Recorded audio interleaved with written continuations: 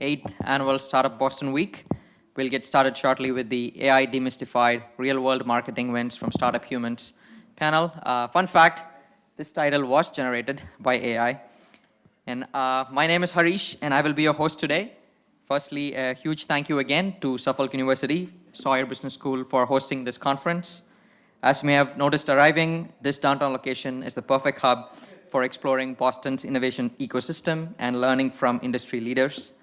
The goal behind Startup Boston Week is to connect the entire greater Boston and New England startup community across all industries, all startup departments, and all bootstrapped and funding stages for 5 days of learning and connecting with one another. The team that creates Startup Boston Week is primarily volunteer, and all the folks here today working the conference are all volunteering their time as well. So thank you for attending this conference. It is a labor of love, and we appreciate you playing a role in shaping our startup community. Thank you so much again for attending this event, and now on to the session.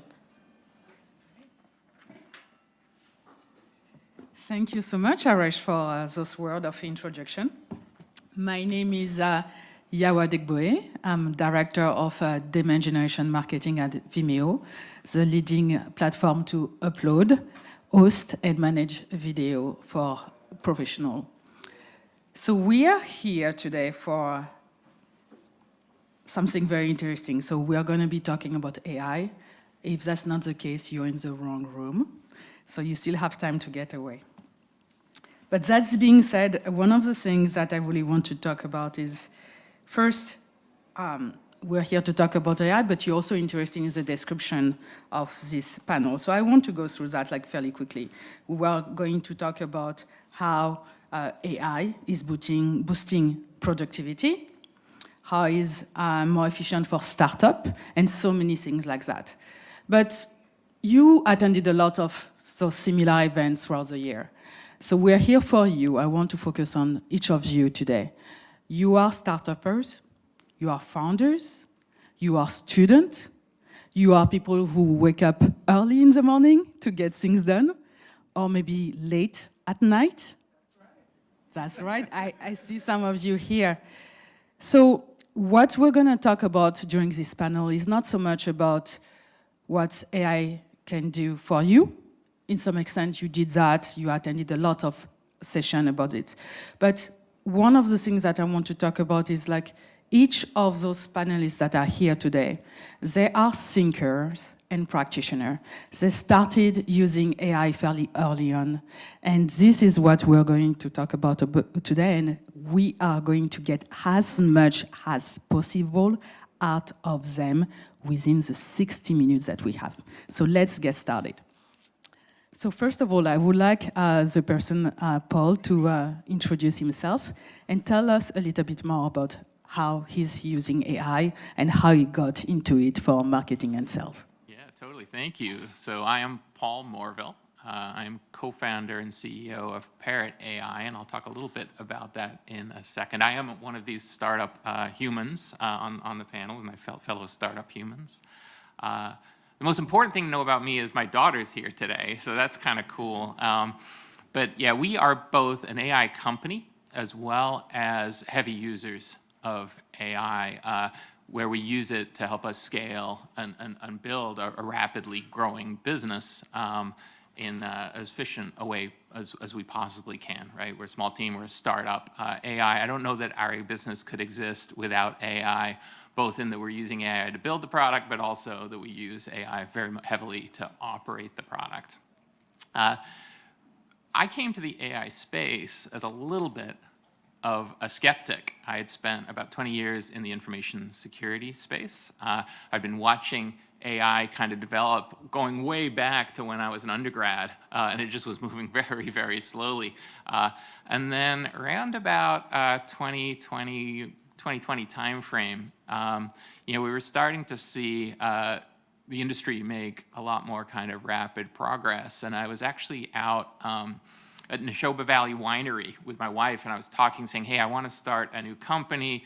We've got to come up with a good idea here. And she is in the user research space, so she spent a career trying to understand customers and what you can do to improve products. And she made the comment and it was funny, I was being obnoxious. I said, you know, all your ideas are too small. I want to do something big. And she sort of said it almost jokingly. She said, you know, if you could create a composite customer, take everyone I've ever talked to and turn that into kind of a composite customer that you can ask questions, understand what folks are looking for, maybe do this based on a segment or on a persona, that would be really cool. And she was kind of saying it almost like, but you can't do that.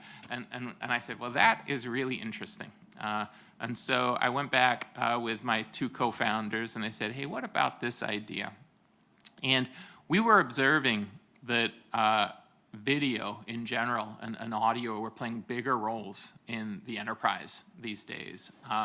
You know, we were all moving into video conferencing platforms. You could suddenly capture all this knowledge and understanding. So understanding from, you know, internal colleagues, understanding from interactions with customers and so on, right? And we said, hey, if we could capture all of that audio, all of that video, and get it to an AI system so that we could work with it and use that to kind of, you know, generate all manner of things, documents, right, collateral, blogs, brainstorming, et cetera, that would be pretty cool. And so that's how we kind of came up with the idea and sort of really, if you look at the last 5 years of my life, you know, as I said, I came to it as a skeptic, but it's very much shaped, you know, kind of how I spend my time these days. Thank you so much, Paul. So you and I, we have that in common. We came to AI through video. Yep, exactly. Thank you so much.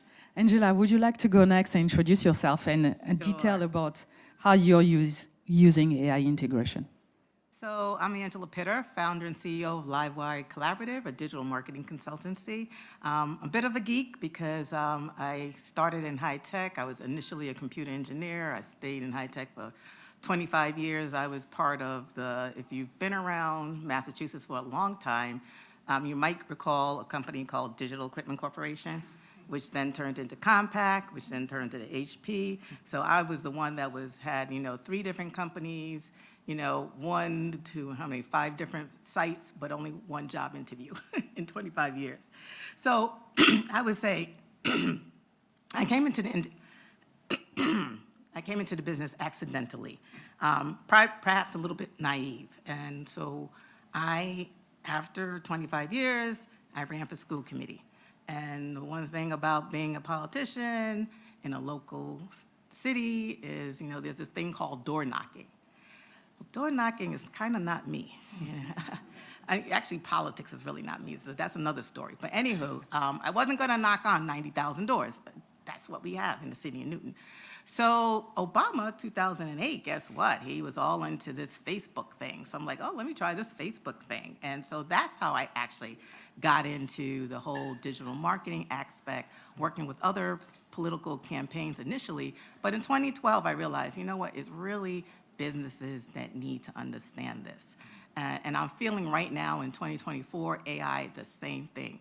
So about 2 years ago, and I don't even remember what talk or whatever I was on, that I saw this AI, and frankly, AI is not new. I mean, anybody here who has an Amazon account, you know, every time they, you know, all these things like, do you like this movie? Like they give you, that's all AI in the background. You know, same thing with Netflix. Like, so, but what's different is this is like generative, right? So you're learning over and over again.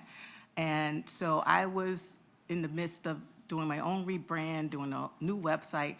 And I said, well, you know, let me try this AI thing, because the one thing I hate doing is website copy. I hate writing email series. So like everything I just don't like, and as a result, procrastinate. I said, let me try AI. And I was sort of amazed. And after that, it was all she wrote. So I work with mid-sized established companies, nonprofits, literally working with them, showing them how to use AI to make their day more productive, so they're working smarter and not harder. Thank you so much for this introduction, Angela. Last but not least, Sam. So my name's Sam Wheatley. I have spent 30 years in nonprofit world, so dealing with clients, organizing nonprofits, and I'm really the most unlikely person to be here in front of you, because 3 years ago, the only thing I knew about AI was from sci-fi, my John Scalzi reading, and random news stories. But 2 years ago, my nonprofit asked me to lead the project build of a new digital platform where we were taking client care, moving it online, and then being able to give them self-directed quality interactions and absolutely scale our client ability to reach people from the thousands to the tens of thousands. And so 1 year ago, my chief digital marketer left our team. And if you remember a year ago, maybe you don't, because it's been like 30 years in the last year if you've been around AI. And in marketing, Google had this little thing they did that messed everybody up. And I was trying to, A, cover holes in my team knowledge base. I was trying to understand how AI was affecting SEO and search in general. And I was also trying to provide higher levels of productivity for a small team. A nonprofit is like a perpetual startup. So if you're a startup, just imagine doing this for the next 30 years, never going to market, never becoming profitable. That's the nonprofit world that I live in. So I was going to hire somebody, but I couldn't just go out and the next day hire somebody. And so all these things caused a sense of both curiosity and desperation, which are a good combination for innovation. And I started to lean into some of the AI tools we had started using, like Angela had mentioned, some of the tools that Paul provided. We are a big user of Parrot, and started to understand how could I take these sort of off-the-shelf products and help me and my team really grow and thrive and scale. And so that's my journey. Is over the last year, we've really leaned in hard, have developed some really creative strategies for marketing and AI that have seen dramatic results that we're really excited about. Yawa?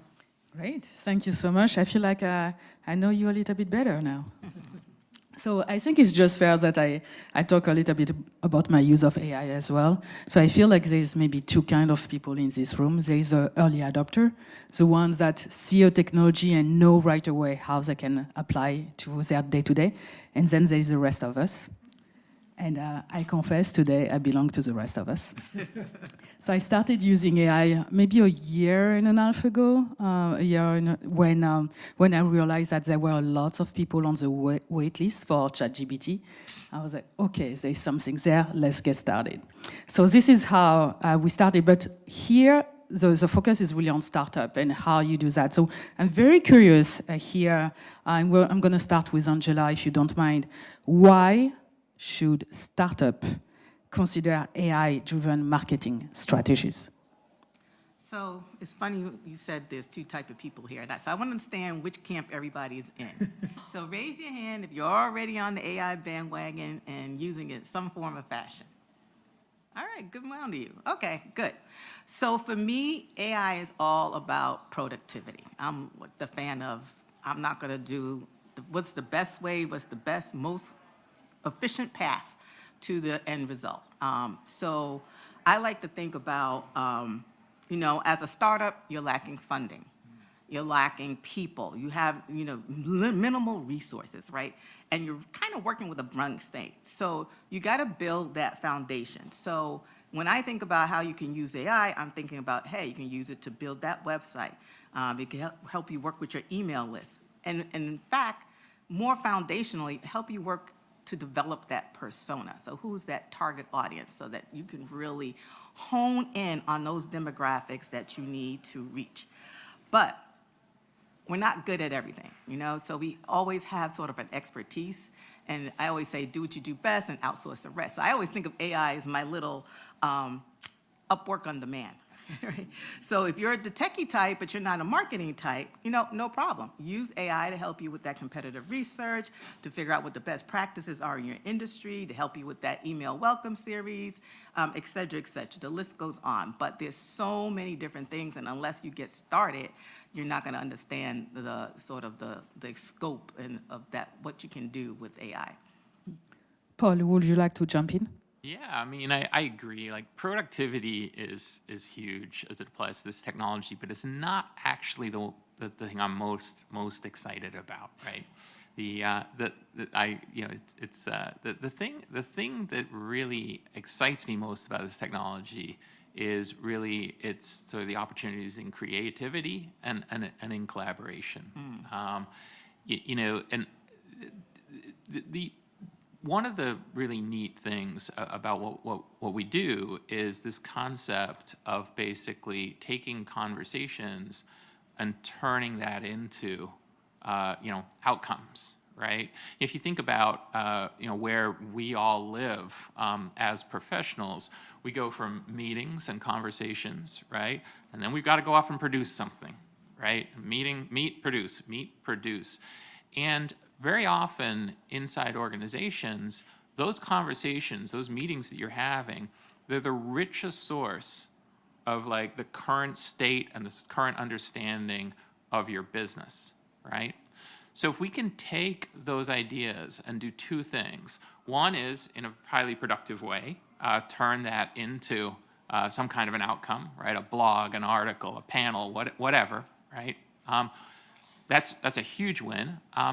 But there's also a real opportunity to leverage this technology to communicate better across an organization as well, right? Like I spent my whole career going from like 0 to maybe like, $200 million businesses, right? And when you get into larger organizations, information transfer and information sharing, so inefficient, right? In marketing, we're always, trying to understand, right? What's going on, right? What's the newest stuff? What can I promote, right? What can I, put on social, right? Et cetera, et cetera. And having AI sort of fed this information from meetings, from these conversations, then using that as a way to make it accessible to a larger group of people is just sort of a huge boon to kind of creativity and collaboration. So an example I always use, when we hire a marketing person at Parrot AI, we built a library of all of our customer meetings, right? Every customer meeting we've ever had, we've recorded that. That's available in the system. It is accessible via the AI. And so when we hire a marketing person, we say, hey, first couple of days, I want you to spend a bunch of time interacting with these customers through the AI, understanding what we do, why we do it, what's important, how are they using it. We get people up that curve so much faster than we used to, 5 or 10 years ago with regards to, it might take a year before they really empathize with a customer, via the old way. But by the time their first week is done, they've heard from and they've understood dozens and dozens and dozens of customer pain points and so on and so forth. And so that kind of stuff, I think, is really empowering and really neat.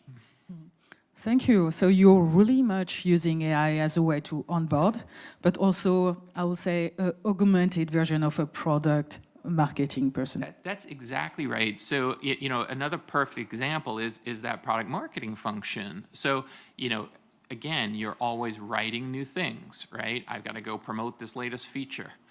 In our world, what you're doing is you're having an interview with some product domain expert, right? You'll interview them for maybe 30 minutes, a half hour, get up to speed on what the latest stuff is. And then what you're doing is you're basically feeding that information directly into the AI so that you can work with it and it becomes basically your product marketing sidekick. So you can do things in the system like, hey, write me a 500-word blog article, make sure to use these SEO keywords. And the AI will take that meeting that you just had with the domain expert and get you 80% of the way there to your initial blog article. You're going to put your own spin on it, make sure that you're comfortable with it. And, as Angela said, just a huge time saver. Yeah, thank you so much. What about you, Sam? How should startup consider AI-driven marketing strategy? Yeah, so I just want to echo both of what these two have brought out are very important. Productivity is the starting point. Content creation and development is essential. Onboarding your staff, I want to sort of jump off what Paul was saying, is one of the ways I look at it is embedding institutional knowledge into your AI.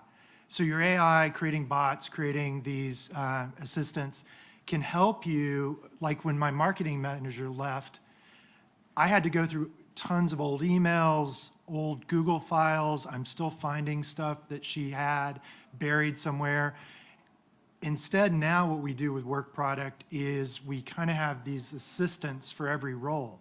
And the person is feeding into that bot assistant all of their ideas, their work product.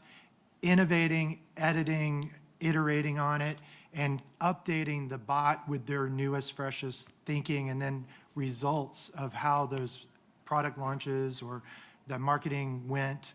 And so the bot becomes an institutional knowledge holder, and AI is the IP of an organization.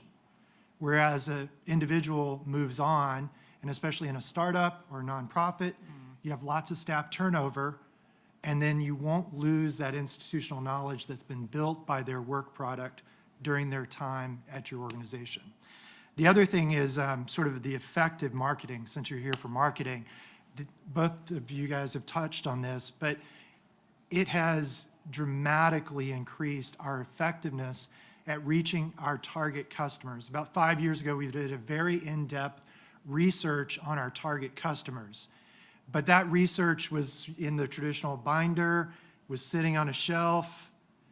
Then we started using AI, and we took it off the shelf and said, this can actually be interactable data.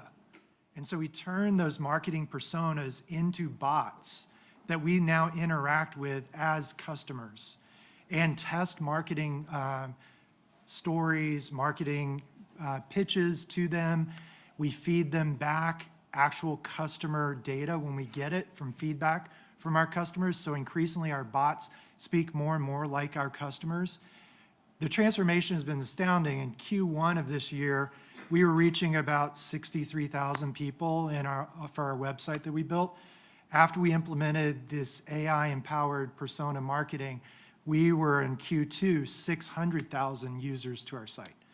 Our key events went from 1,800 in Q1 to 26,000 in Q2. And I would say it's clearly because we were speaking not just to the situation of our potential client, but we were speaking to their heart, to their thoughts, their emotions, their interior life as they were experiencing this situation. And they felt, and we believe strongly in building trust, they felt somebody sees me, they know me, they've taken the time to hear me. And that journey of trust then builds on itself as the client moves through the marketing, to the landing pages, to the content sessions, to eventually one-on-one facilitated conversations. It's funny because, you know, people worry about AI making everything impersonal, but the reality is it has tremendous potential and power to personalize and to create more empathy and understanding and communicate better, right? Yeah. Yeah, and I want to add two more thoughts here. So one, you might be seeking funding. So if you're meeting with VCs on Zoom, for example, taking those transcripts and putting them all together and trying to understand, like, where did I go wrong? Why couldn't I secure this? Or what went well? And that's one easy way to kind of use it so you can improve yourself every time you meet with the next one. It gets a little bit better and a little bit better. The other thing is, and back to the research and that personalization, if you're a B2C, you know, look at those review sites of your competitors. I don't know if anybody's done that, but put those links into the different review sites and see what their customers are saying about your competitors, what they like and what they don't like. And then you can go back and look at your offering and say, okay, let me see if I can address this. I'm making sure at least the things that they like, I'm doing, and the things that they don't like, I'm not doing. That's a great tip, Angela. I'm writing it down. This is great. We are all taking notes today. So let's get very specific, because you talk about your stories and they are fascinating. I like that each of you have a different point on this, a point of entry. But let's talk about AI tools and strategy in marketing, particularly for startup, because this is why people are here today. Angela, would you like to dig into that and tell us more about, like, the type of AI tool and strategy you are using? Right. So first, you have to just have a strategy. You just can't go in this like willy-nilly. So once you figure out, you know, you have a business plan, you have your goals, you have your marketing plan, you have a strategy. Now you have to execute, and you got to think about, okay, which problem is AI going to help me to solve, right? As a startup, you're thinking about, I got to be a creator, I got to come up with content, videos. Oh, I hate videos.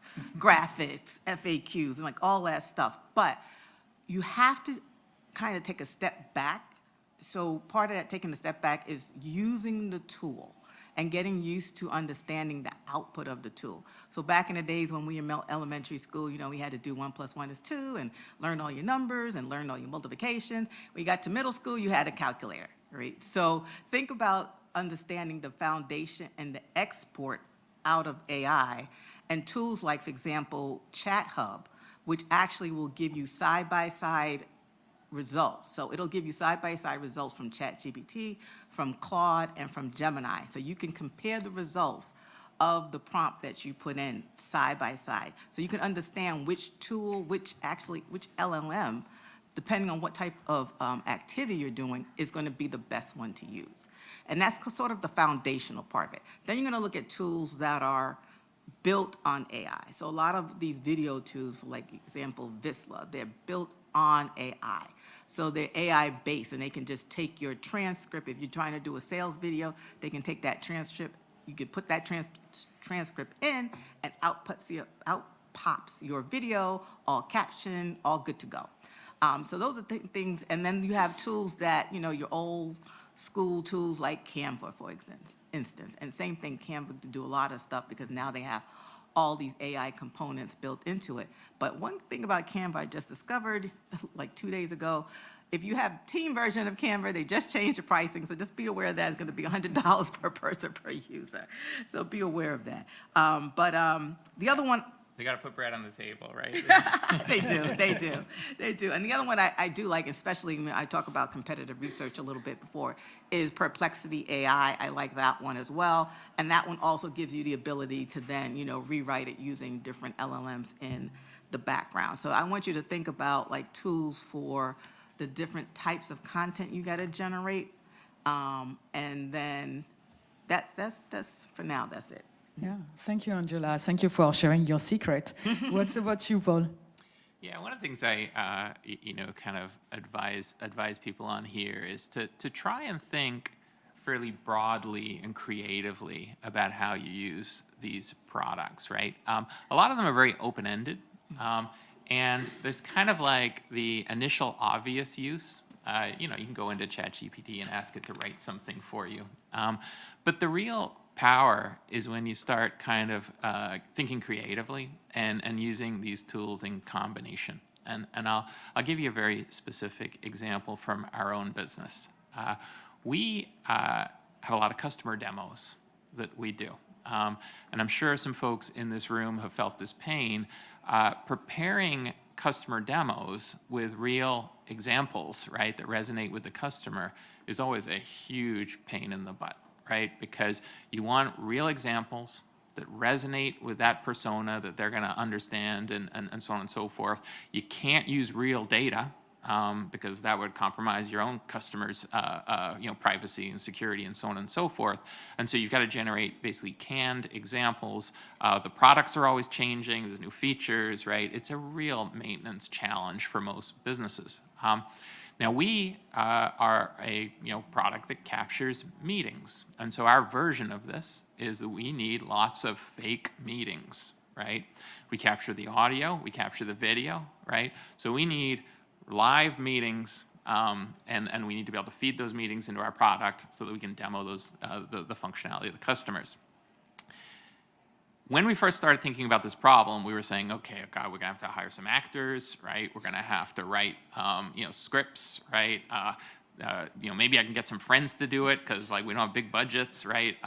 All that kind of stuff. And we came up with like a pretty cool innovation using a number of different AI technologies. So what we do today is we go into ChatGPT, we ask it to write us a script for a meeting. So we say, hey, there are 5 participants in this meeting. These are their names, these are their roles, this is the topic of the meeting. ChatGPT does a wonderful job writing out a script.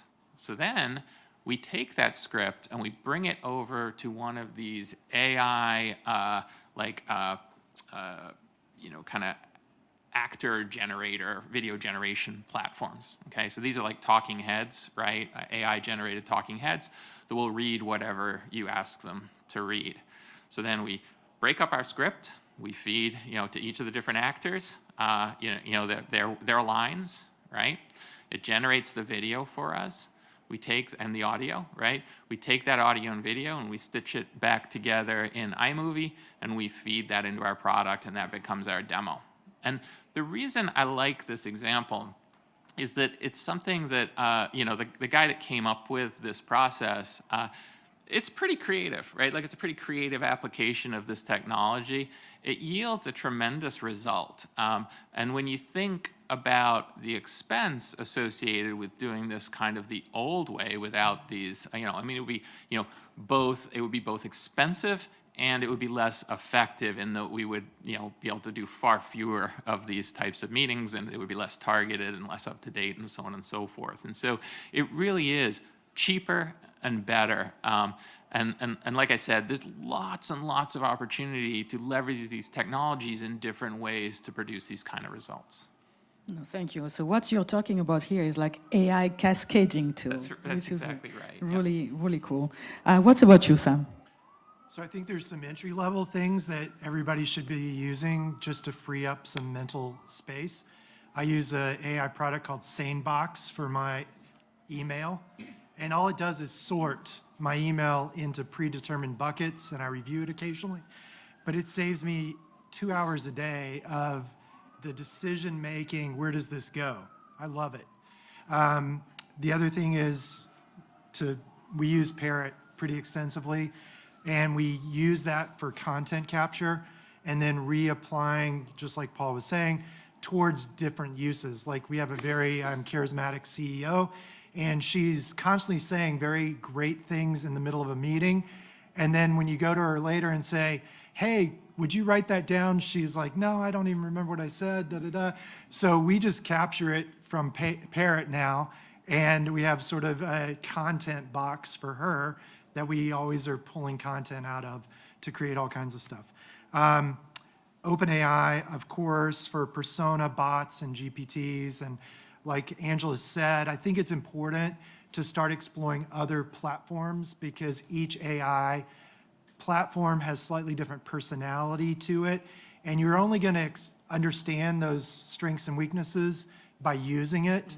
And one of the tips I would say is, if you're just getting started playing around with like a GPT kind of model, LLM, start with something you're a subject matter expert in so that you know that's good or that's not good answer, and then you can start refining the GPT to be more in line with the things you're trying to accomplish. Lastly, one of the tools we use a lot for translation, because now we have global clients, we have folks speaking every known language, and we don't speak every known language. We use sort of a instant translation called DeepL that really helps us at least get in the ballpark to begin conversing with our clients. For content that we want to be more like an actual fluent speaker, we may use DeepL for initial draft, and then we get a fluent speaker to actually do the final edit, which is another one of, I think, the principles we would say is always AI is a tool to humans, not humans to AI at this point. So make sure you're using your executive function to make sure AI answers and things that it's giving you actually are flowing through your subject matter expertise. I love this example, by the way, of the translation applications of the technology. It's, you know, the LLMs, by the way, do a decent job, not as good as some of the dedicated technologies, but a decent job of translation as well. And I mentioned I get excited about the collaboration aspects. Like, it's really neat to be able to have a meeting in English and then ask questions in Spanish, right? Like maybe you're a native speaker or not a native speaker, right? And anybody who's trying to understand a concept or follow along, you know, and not in their native language, it's really challenging. And it's very cool, this idea of using AI to kind of bridge some of those gaps as well, right? And allow everybody to participate at their fullest, you know, despite, you know, any kind of challenges or communication challenges they might have. It's pretty neat. No, thank you for this. I can't. I'm going to put one more thing. So when you look at your workflow, there's probably a number of tools you are already using. And so I would encourage everyone to go back and really take a close eye on the tools that are already in your toolbox and see what additional features are there. Because a lot of times they have been integrating a lot of AI components. And like for example, I'm going to use Zoom as an example. They're the worst at letting you know what these new features are. So you sometimes just kind of got to go and discover it by yourself. So for example, Zoom, not only does it do the transcript, not only does it now do AI generated summaries, but it also gives you what they call smart chapters, which are literally clips that they auto-generate that you can then from your meeting, or if you did an interview, take that clip and throw it out on social media or use it in your blog or whatever. So all of these things are like already there. You're already paying for them. So before you purchase another tool, make sure you're really exploiting fully all the tools that you're using already. And definitely, if you decide to try a new tool, make sure there's a trial period. So, you look behind the curtains, it's not exactly performing exactly what you thought, and then so you're not wasting your money. Thank you so much for this. I can't move away without talking about Vimeo, because I work for Vimeo, and we do have AI out as well. And our CEO has recently mentioned that the future of Vimeo is going through generative video AI. So one of the things that I want to mention as a marketer is what we are doing is fairly similar to you. So we take the video input, using Vimeo as a way to generate script. But then what's very interesting, and some of the salespeople here in the room might be interested into that, is like really taking that input, breaking it down into like snippet and feeding that to sales. So that really helps them to close the deal. So first, have a good understanding of what the webinars that we run or anything related to video is about, and then share that information with our prospect and our customer. So that being said, I want to move into the section about the pitfall, because we talk about AI, all the great things that AI can do for us, but let's talk about the pitfall to avoid when integrating AI into marketing strategy. And maybe if you're willing to share some example of failure. Angela, I start with you again.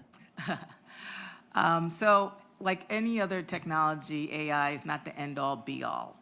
Everybody's probably familiar with, they use the terminology hallucination. So it's like it's making up content, right?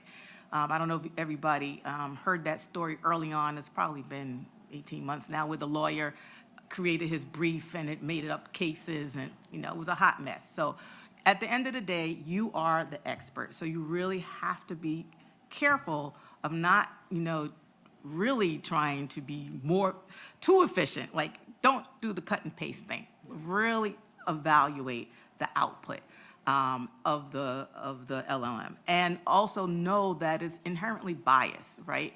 It's culling from trillion and trillion pieces of information, data, stuff we know, like who won the election. We know some of that stuff is not true, but then again, you as an expert are the one to determine what that output is real or not. If you're a nonprofit and you're dealing with a social justice, if that's where you're sitting, you absolutely want to be ultra careful with using AI. So I'm going to hold it there. So you have to just understand where the guardrails are with it. Thank you. What's about you, Paul? Yes, I mentioned a little earlier that I spent 20 years in cybersecurity and information security prior to starting Parrot AI, and so I have a particular perspective on that as it applies to this space as well. So there's two things that I would say you want to think through and evaluate and make sure they're important parts of your consideration. And one is security, and the other is individual privacy. So when I talk about security, I'm talking about the protection of your company's, your organization's intellectual property, making sure that that information stays within your company, within the AI system, and does not end up on the internet or spread around or accessible to others. And obviously you probably have security teams that are going to vet some of these products and so on and so forth. You want to make sure that the AI, the companies that you're working with are taking that stuff into consideration, and you can't take that for granted. Like, speaking as a person who's been in startups, startups are really hard. You have to move very fast, and very often, early stage companies, they take shortcuts. in security, right? We didn't with Parrot AI, by the way. I'd be happy to talk to you about that at length, but I won't pitch today. But security is very, very important and something you definitely want to take into consideration. But it goes beyond that when you're talking about knowledge, I think, and people's experiences. Individual privacy is also really important. If you think about a product like mine, we record your meetings. You know, very often those meetings are happening in my house when it's me, right? Like I've got, you know, my kids in the background, I've got, you know, things going on, right? Whatever. If you're participating in a meeting and you say something you regret or you want something not incorporated into the AI system, I think you should have that ability to do that. And so, you know, we think that just bringing some of these concepts and designing some of these contexts into the product, like as an example, in our product, you can redact. If you want some audio, some video removed from the record so nobody has access to it, anybody in the meeting can do that within our product, right? You just say, hey, I'm not comfortable with that 2 minutes. That's coming out of there, right? And we'll destroy that data and nobody can access it, not even us after that point, right? So that kind of stuff, those kinds of thoughts, you know, as we're integrating this technology more and more into our daily lives, right? We've got to build some of these systems, some of these features back into these products so that we can ensure that the AI is working for us and not, you know, a counter to our needs. Thank you. What's about you, Sam? Yeah, well, I think sort of the biggest pitfalls I've seen in myself, our team, and trying to get other people in our organization to adopt AI is the stance. It really takes a posture shift in considering it. Various ones of us have mentioned the same idea. This is like a extremely smart but very newbie grads who is coming onto your team. They know everything and they know nothing. And so this is where wisdom really is the key driver. You are, what's undeniable, what's irretractable about you is the wisdom you bring to using this tool. And so the mistakes that our team has made, I've made, have been where we have sort of just accepted without running through sort of our wisdom specialist grid how this answer actually impacts the rest. For example, like I produced a marketing report with AI early on because I just didn't want to do the work, you know, and my boss was immediately like, Sam, I asked you for your insight into what was going on, not just regurgitated information. And that was me just depending on the technology without using the technology as a key assistant to help me improve the wisdom that only I could bring to the data. Mm-hmm. I like this word, so key assistant to help you improve the data.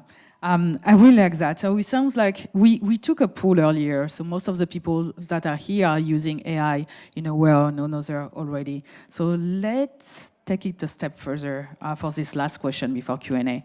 I would like to hear from you about like practical step to fuel our AI usage. And this time I'm gonna go around. So Paul, would you like to start us?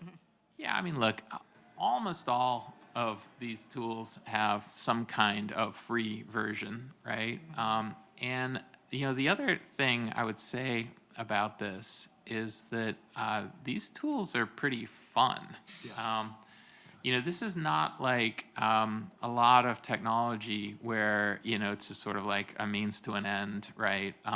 You know, a lot of the generative technology is like pretty cool, right? And fun to play with. And so I think that, you know, the reality is that this class of technology is gonna really radically change what we do in marketing. You know, this field is not gonna look anything like, you know, 10 years from now, it's not going to look anything like what it's looked like for the last 10 years with regards to how we generate, create content, synthesize information, and so on.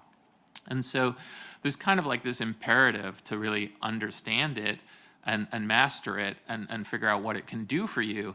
And like I said, the good news all of that is like it's really fun to play with and work with and experiment with. And so I think that's what I would say is go out there, start working with some of the free versions of these products, and just start thinking creatively about how you can plug it into your own workflow. And obviously, you're going to have to work with your organizations and get permission and all that kind of stuff. But the starting point is really understanding what it can do for you and understanding the value prop that it brings to your job.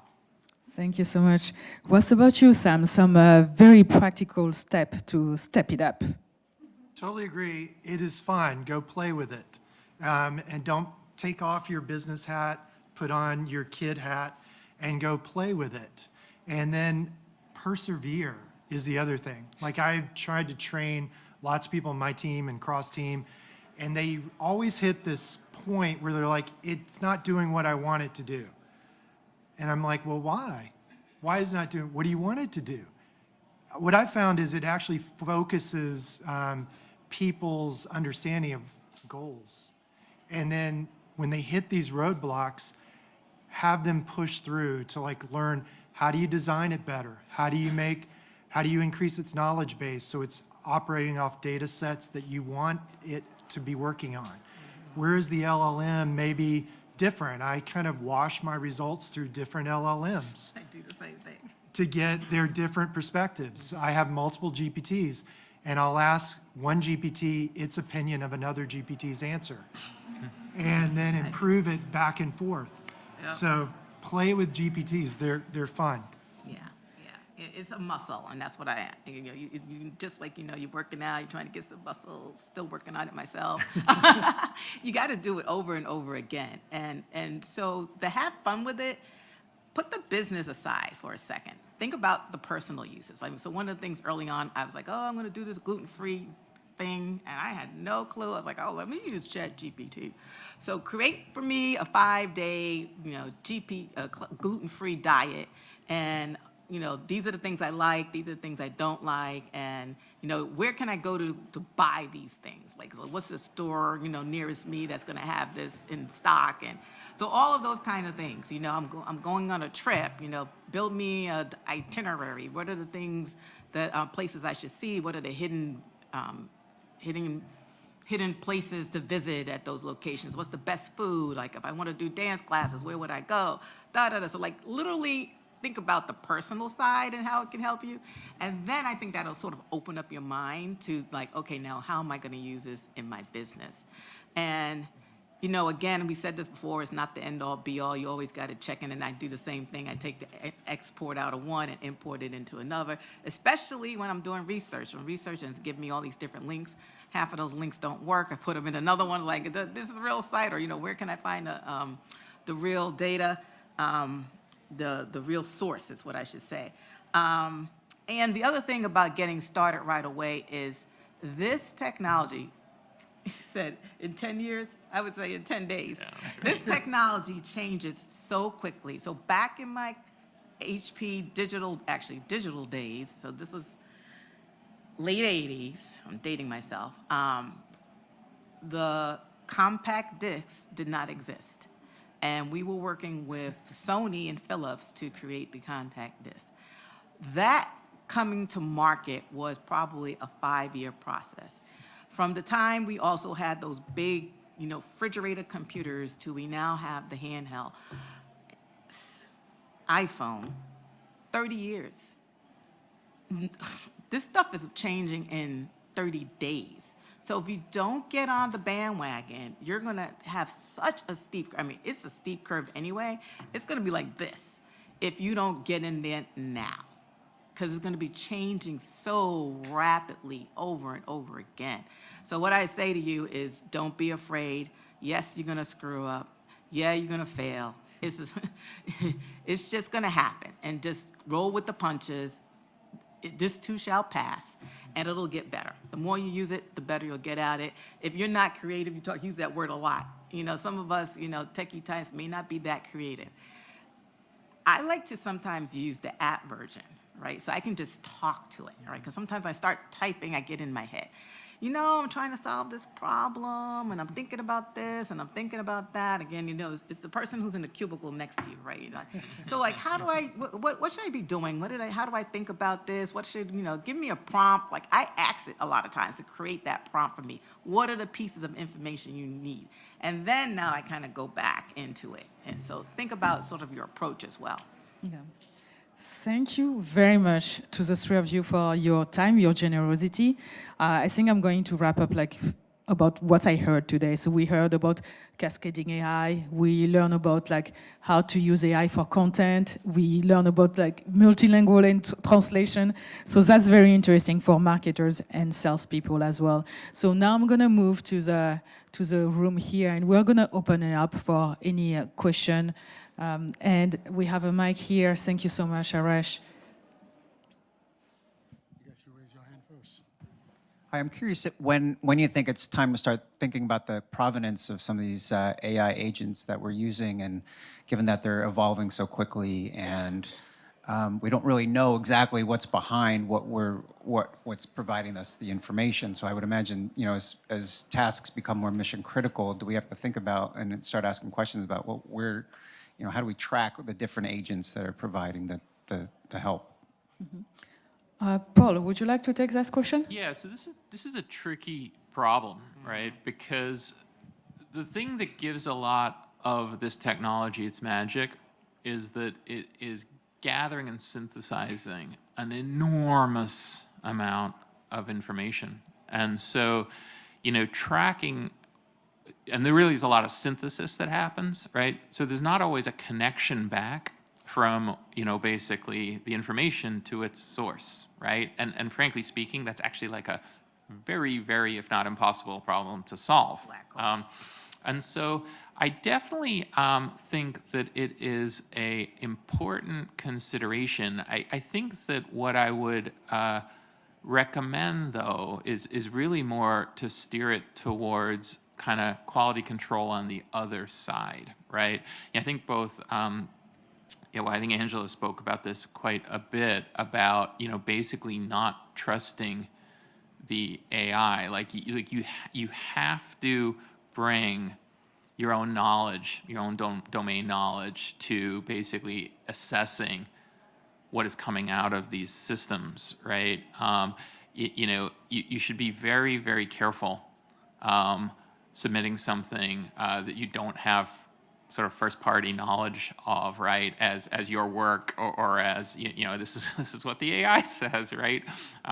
To your point, because I think right now, that sort of ability to go back and kind of really find the receipts for the general knowledge is not really there.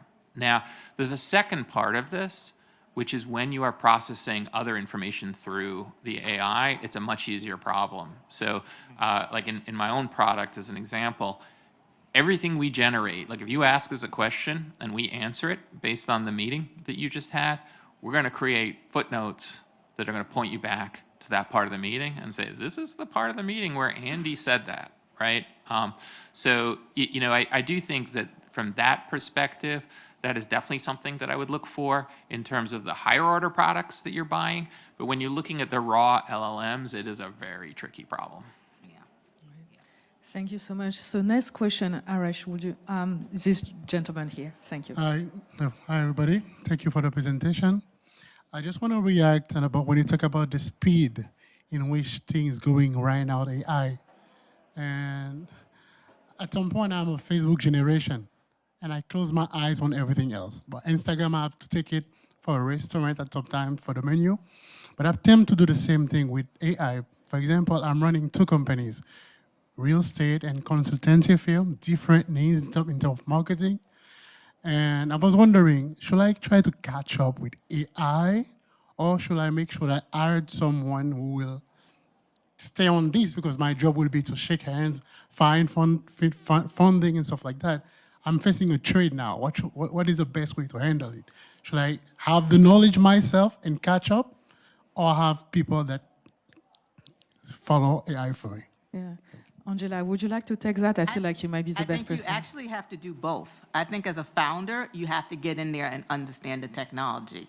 I mean, because when you're looking at what you're doing for your company, there might be instances where you're going to say, hey, I need to build a custom GPT because there's no tool out there that's going to work for me.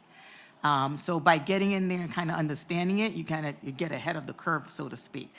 But then everything is, again, you can't do everything. So in some cases, you're going to say, hey, let me just get somebody from Upwork who understands this and can pop out the information for me. So I think you're going to have to do both. You're going to have to straddle that and balance it.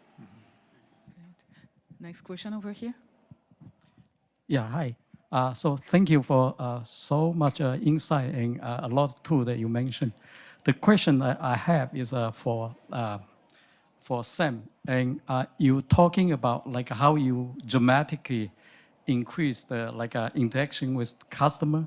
The question I have is that when you build this customer persona, because you synthesize so many customer information, and when you look at the customer, there's a spectrum of different customer, like a persona. How do you handle that aspect of things? Because you want to customize so that it actually fit a particular customer you are dealing with.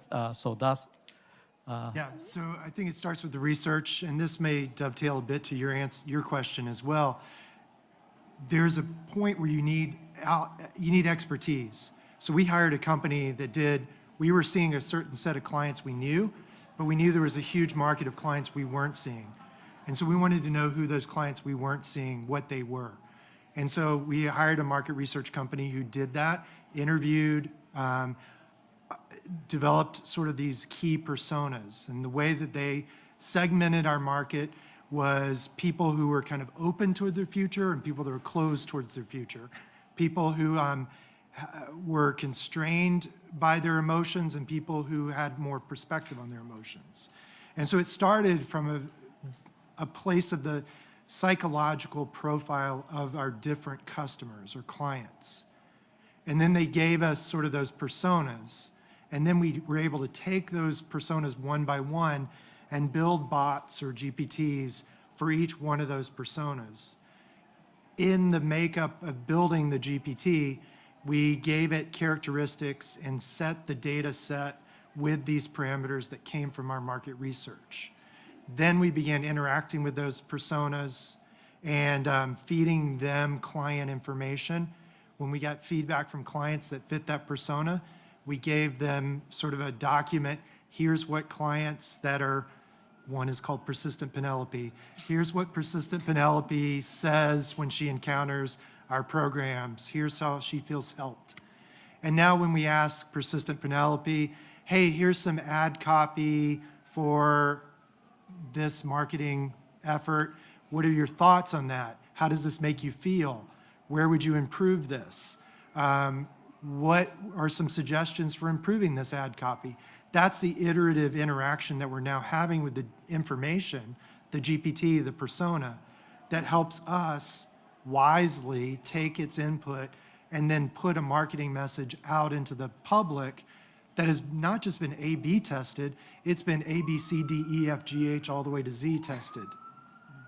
Thank you. We actually have a customer that's doing a cool thing on the other side of that, which is basically taking all the customer interviews, using that to using the AI to synthesize out key buying criteria, and then tracking basically those buying criteria through the sales process to essentially see how far down the funnel people with certain aspects, right, certain buying criteria are progressing, right, and they're using that to basically rank personas and ICPs based on data from the initial conversations. It's kind of neat. Yeah, and we're a nonprofit, so we don't have VCs, we have donors. And so we're doing the same thing, creating donor profiles now and understanding how do we tailor our message to different donor types.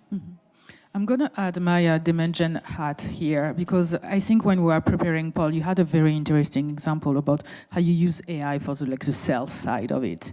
Would you mind to share about this? I think that might help to answer the question as well. Yeah, so, I think that what I tell everybody is, first of all, everybody should be recording all of their sales calls. These days, it's gone just in the last 3 years from sort of like, hey, is it okay if I record this to largely kind of expected. And then, to your point, there's a tremendous number of different ways that you can leverage those interactions to, kind of feed all manner of the business, right? So, what that customer I just mentioned is doing, as an example, is basically pulling out key buying criteria, as I said. You can also take all those things and like all those interviews and break them up into segments. So you can be like, hey, this is what, here's all the interviews that I've had with like the marketing persona as an example, right? And then you can work with that, much like Sam's using the GPTs to essentially, write marketing materials, test things, right? So on and so forth, right? So this is an incredibly rich source of information about your customers that you definitely want to be leveraging and bringing into the AI to work with. Okay, great. We're going to take one last question here. Please go ahead. You sort of answered, I have two questions, and you sort of answered one is, like, where is the stage of people, whether your clients or your VCs, saying you cannot record this, and that's their own prerogative. And then secondly, I would just love to hear what specific GPTs you're using to synthesize your proprietary data. So you talked about a persona, you fed all of that information that you want to, get marketing feedback on to persistent Penelope. What stores the persistent Penelope data? So we have the team version of ChatGPT, and the reason for the team version is because that proprietary data doesn't get fed back into the major LLM. And so within GPT, OpenAI, you can create personas ad nauseum. So we have hundreds of them now. And so each persona gets its own unique GPT created and then shared with our team, and our team improves it and updates it constantly. And then in terms of just sort of acceptance of recordings, it varies a lot by industry, actually. So the lawyers are still pretty uncomfortable with it. Like it's hard to get a law firm on a recorded call. But healthcare has actually been more more open to it than I necessarily would have initially expected. Though you certainly have to make sure you're HIPAA compliant. And in general, like I said, it does vary quite a bit by the vertical. And of course, at the end of the day, like I said, part of it's sort of the company, part of it's people's individual preferences as well. So you definitely have to take that into account and make sure that not only does that person have control over what happens in the meeting by way of recording, but we think that should even extend to after the meeting, as I talked about earlier. But even when there's not recording, your CRM, usually like your sales team is putting their notes into your CRM about what happened. Right. That's accessible as well. Thank you so much for your time. So the title of this panel was AI Demystify Real-World Marketing Wins for Startup Human. I really hope that today you get the chance to experience that, to get to know the startup humans that we have here, and that AI is totally demystified for you. So let's start today. Thank you. Have a great day. Thanks, everybody.